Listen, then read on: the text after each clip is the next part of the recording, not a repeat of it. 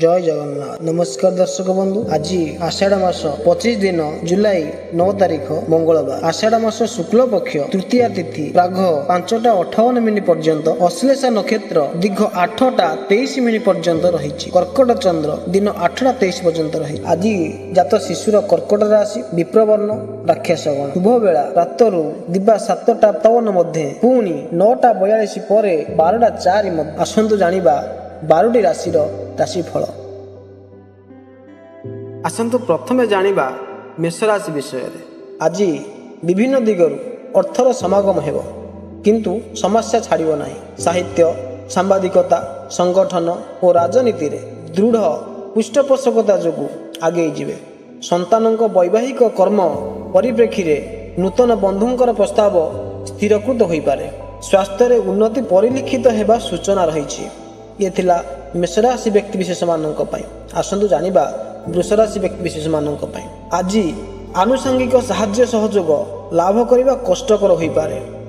फल रे निकट संपर्कीय मानकर चक्रांतरु केतेक अपूरणीय आशा मनरे दुख देई पारे। परिवहन और आमदानी क्षेत्र रे वाणिज्य उन्नति करिवे। पारिवारिक क्षेत्र रे अंतर्द्वंद सृष्टि होई भातृ संपर्क रे अवनति घटिबो। एथिला वृष राशि व्यक्ति विशेष मानक पई। आसंतु जानिबा मिथुन राशि व्यक्ति विशेष मानक पई। आज आपणकर अभिलाष पूर्ण और नूतन भाव रे आरंभ करिथिबा कार्य हासिल पई चेष्टा कले निश्चित उपकृत हेबे। कर्म क्षेत्र रे पदस्थ व्यक्ति सानिध्य लाभ करि पारंती, जहा कि परिस्थिति को सरल करिवार सहायक हेबो। प्रतिबंधक कारणरू व्यवसायी मानक पई दिनटी भलरे कटिबो नाही। एथिला मिथुन राशि व्यक्ति विशेष मानक पई। आसंतु जानिबा कर्कट राशि व्यक्ति विषय रे। आज आपण जहाँ चाहुचंती ताहा पाइबारे असुविधा देखा देबो, किंतु कर्म क्षेत्र रे भूल खबर पाई सामयिक भाव रे विब्रत होई पारंती।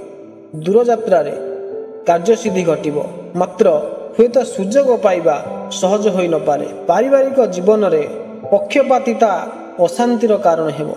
एथिला कर्कट राशि व्यक्ति विशेष मानक पई। आसंतु जानिबा सिंह राशि व्यक्ति विषय रे। कर्म क्षेत्र रे स्थगित कार्यर अग्रगति घटिबो, किंतु केतेक काम रे पश्चाताप जनित मनस्ताप करि पारंती। परिवार रे अशांतिकर परिवेश सृष्टि हेबार सूचना रही। देह भल रहिबा सांग को कर्म क्षेत्र रे प्रशंसित हेबे। आशा करिथिबा जिनिस विलंब रे पाइबे। एथिला सिंह राशि व्यक्ति विशेष मानक पई। आसंतु जानिबा कन्या राशि व्यक्ति विशेष मानक पई। निज लोकमानक सहयोग लाभ करी नूतन कर्म आरंभ करिबारे समर्थ हेबे। भल संपर्क नथिबा बंधुंक छलनात्मक कथा को ठीक भावे बुझी पारिबे नाही। साहित्य, चित्रकला, लेखापढ़ा तथा प्रकाशन क्षेत्र रे शुभ फल पाइबे।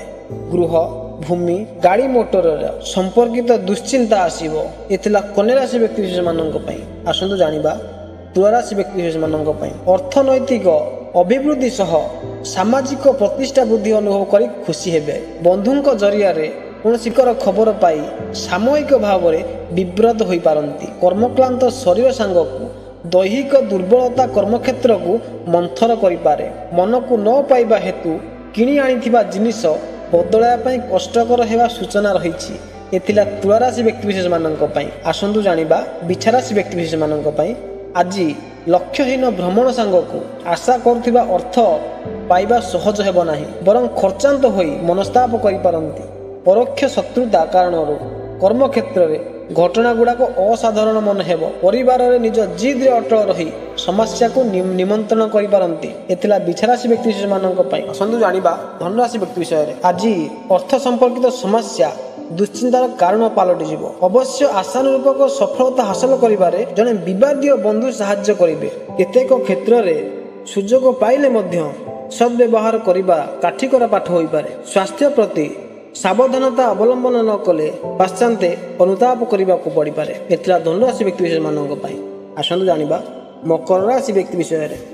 आपनकु बंधुंक प्रति अनुरक्ति सृष्टि करी पारिवारिक कलह देखा दई पारे। ऑफिस काम रे फाइल काम अटकी रहिथिबा सकाशे अनुताप करने को पड़ पारे। आजिर यात्रार लक्ष्य पूरण हेबो। पूर्व शत्रुता को नहीं ईर्ष्या मनोभाव पोषण करी आत्मीय स्वजन माने दूरे जाई पारंती। एथिला मकर राशि व्यक्ति विशेष मानक पई। आसंतु जानिबा कुंभ राशि व्यक्ति विषय रे। आनुषंगिक साहाय्य लाभ करी ଅଟକି ରହିଥିବା କାମକୁ ସମ୍ପନ୍ନ କରିବାରେ ସମର୍ଥ ହେବେ। ଅତୀତର ବିବାଦୀୟ ଘଟଣା ମନକୁ ବିବ୍ରତ କରିପାରେ। ଯେତେ ଭଲ କାମ କଲେ ମଧ୍ୟ ଅନ୍ୟମାନେ ଦୋଷ ଖୋଜି ବୁଲିବେ। ଏଣୁ ସାବଧାନତା ନିତ୍ୟାନ୍ତ ଆବଶ୍ୟକ। ଯାତ୍ରା, ପ୍ରଶାସନ, ଆଇନ, କଳା ସାହିତ୍ୟ କ୍ଷେତ୍ରରେ ମନ୍ଦ ହେବ ନାହିଁ। ଏ ଥିଲା କୁମ୍ଭରାଶି ବ୍ୟକ୍ତିବିଶେଷମାନଙ୍କ ପାଇଁ। ଆସନ୍ତୁ ଜାଣିବା ମୀନରାଶି ବ୍ୟକ୍ତି ବିଷୟରେ। ଆଜିର ଜୀବନଯାତ୍ରା ପାଇଁ ଅନୁକୂଳ ରହିବ। ଆଶା କରୁଥିବା ବନ୍ଧୁଙ୍କ ଠାରୁ ସାହାଯ୍ୟ ଓ ସହଯୋଗ ପାଇ ସ୍ଥଗିତ କାମକୁ ତ୍ୱରାନ୍ୱିତ କରିବେ। ଯାତ୍ରା ସମୟରେ ଅଜଣା ଅଶୁଣା ବ୍ୟକ୍ତିଙ୍କ ଠାରୁ ଦୂରେଇ ରହିବା ଭଲ। ଆର୍ଥିକ ଅଭାବ ଓ ଅନାଟନ କେତେକ କାମକୁ ସ୍ଥଗିତ ରଖିଦେଇପାରେ। ଏ ଥିଲା 12ଟି ରାଶିର ରାଶିଫଳ।